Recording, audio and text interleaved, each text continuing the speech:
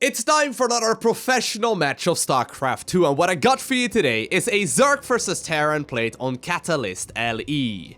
Spawning here in the northwest corner of the map and already sending out an SCV. Awfully early on into this match, we have none other than Jjakji. And his opponent spawning in the cross position and playing with the blue Zerg drones, we have none other than Solar. Now this is indeed going to be a very high level, a professional match of StarCraft 2, and that does mean that both of these players definitely know what they are planning to do. However, Jjakji, while we are indeed playing on the new multiplayer patch in the game, Jjakji has opted to go for a very early aggressive push here, because he's already building up a barracks very early on, and as a matter of fact, a second SCV is now also coming in, so Jjakji is gonna commit to some very heavy aggression right here in the earlier part of this game. Luckily for Solar, however, he has decided to go for that extractive first, now following it up with a spawning pool as well, so that is probably the least greedy build that you can go for as a Zerg player. He is eventually going to be able to get himself a hatchery here as well, but it is not quite going to be a hatchery first. Question is, however, how much is Jjakji gonna commit to this push? I mean, he's getting a single refinery right now, not having the second one just yet. This does not line up very well for like a Reaper push or whatever, but if he plans on making a bunch of Marines, he could still opt to proxy maybe 3, 4, maybe even 5 or 6 barracks. Only 2 going down here for the time being at Solar right now. Scouts indeed that there is gonna be an SCV moving in very, very early on. SCV will now also figure out the expansion timing right here, and the first bunker, he's going for a bunker rush, will indeed be built rather far out of this natural expansion here of the Zerg player. A single drone are trying to go after this as well. More drones currently being pulled. Spawning pool has already finished up, and the first Marine is going to start dealing some damage here to that first Zerg drone as well. You have to be very careful if you are Solar. I mean, he wants to stop this before it advances to his natural. Of course, going for that first, that very first spawning pool does allow you to get yourself a whole lot of Zerglings out early, but it does also mean that the bunkers can accumulate quite a little bit of range as well. I mean, he could build a bunker right next to the hatchery, because there's currently no creep trying to prevent that. And at this point in time, I mean, Jjakji is not even committing that much to this push. He's already dealing so much damage. In the meantime, at home, there's a factory started up right now as well, and he's actually doing a great job zoning away these Zerglings as well as those drones, trying to do as much damage here to the Zerg player as he possibly can. Lots more Zerglings, however, going down right now for Solar. He's trying to morph in as many as possible. Link speed is now also coming in. A second bunker, however, being made right next to that very first one, and this is going to be very interesting to see. More Marines, however, are currently spawning out of only 2 barracks. I mean, keep in mind, Jjakji could have committed to a whole lot more. This is not even an all-in right now. 12 Zerglings, however, now coming out now that that very first Queen Inject has popped off. And while drones and Zerglings, or a single Zergling rather, are trying desperately to do as much damage as they possibly can, a second barracks, oh my god, a second bunker rather will just barely finish up here as well. Jjakji's bunker, however, that the Zerglings are trying to engage is gonna fall. Oh man, he's gonna be able to just barely get all of those Marines out of there, popping them into the next bunker as well, and there we go. Using them as a bit of a piggy bank, he's gonna be able to salvage them and prevent all of the Zerglings from getting this around. But Solar still ended up losing a whole lot of his units. Are there going to be enough Marines, however, now available to kill this hatchery? I don't really know. I mean, more and more links here are currently on the production tab. We see the queens desperately trying to, dodge back and forth there between the several expansions. The barracks have now also lifted up and are gonna go ahead and just simply fly back home. A starport is now also added on, and I think that Jjakji may very well be giving up this aggression. He's gonna be careful though.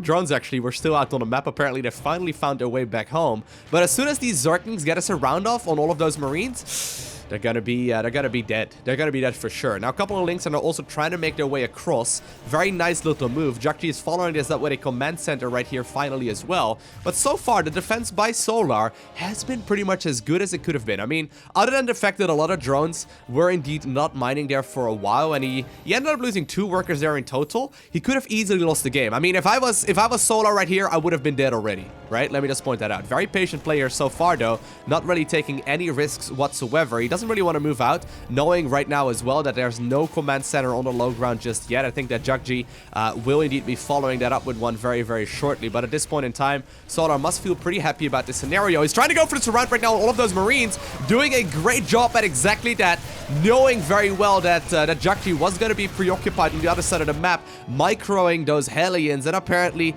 those Marines are all now gone. And you know, while Solar's got a decent economy here, that base is still alive. Great defense there by Solar. Very, very patient. He knew exactly what to do. But by no stretch of the imagination is Jjakji out of this game just yet. I mean, very soon we will indeed be seeing 2 mules dropping here all at once. Now, also that transition towards the cloaked Banshee shenanigans. So Jjakji is definitely going to try and play a hyper-aggressive Terran game here so far. I mean, I like this a lot. It's definitely a very high-level move to go ahead and make, but I wonder how hard Solar is going to find his next defense that he will have to pull off. I mean, so far, there's no detection whatsoever. There's not even a lair, there's only a couple of queens out. He's trying to add a 4th one on right now as well, but you gotta keep in mind that Hellions are very good against Zerglings. And of course, the Viking has cleared out a lot of that vision as well. So as soon as this Banshee spawns, and I think that it's actually... Wait, was it cancelled? I think it must have gotten cancelled. No, indeed, he actually has decided to cancel it and go for a Liberator instead. Interesting. I think it must have just barely been spotted then. Yeah, look at that. Apparently a Zergling managed to make its way up that ramp. Of course, we saw that a little while ago. I guess that the cloaking field was more or less just a fake out to try and indeed force out all of those spore crawlers. So essentially by cancelling, you know, both the cloaking upgrade after showing the Zerg player the little green light there in the tech lab, I'm going to make the assumption that Jjakji already knew that that was the most damage he was going to be able to do. I mean, just simply forcing the spores was probably already enough to slow the Zerg player down just a little bit. Jjakji, however, now currently at 67 supply versus 70. And while the 3rd hatchery has just finished up, there aren't a whole lot of counters here to these Hellbats available just yet.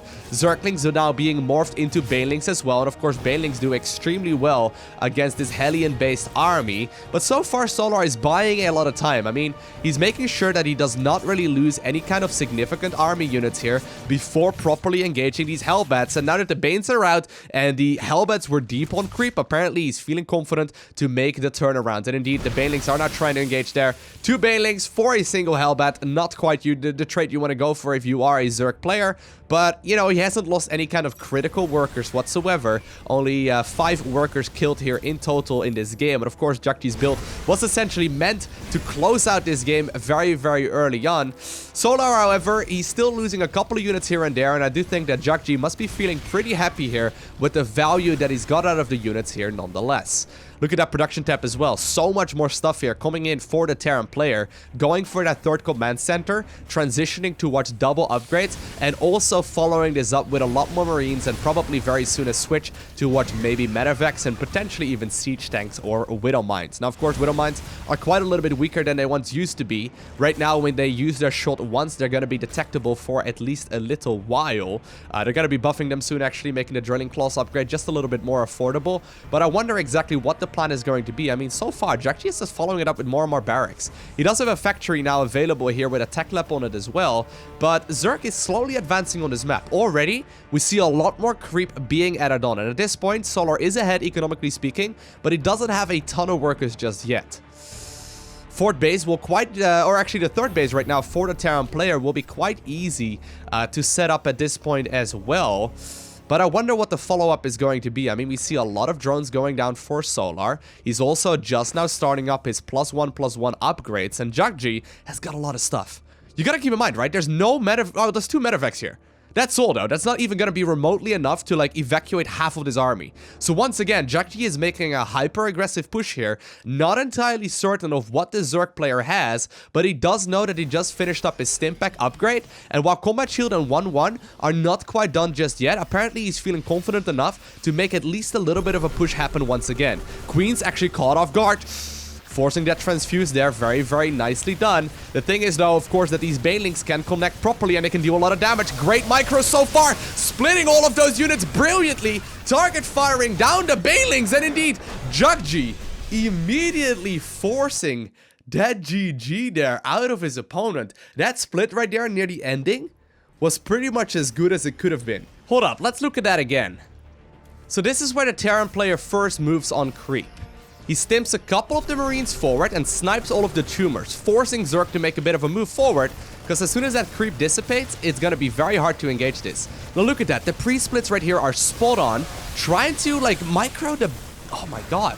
He was microing and target firing down all of those individual banelings, and there was so much value that he got out of that very small army. I mean, you gotta keep in mind, while Jjakji definitely was playing very aggressive every single time that he made a move like that, he still had a plan on the back of it as well. I mean, the third command center was done.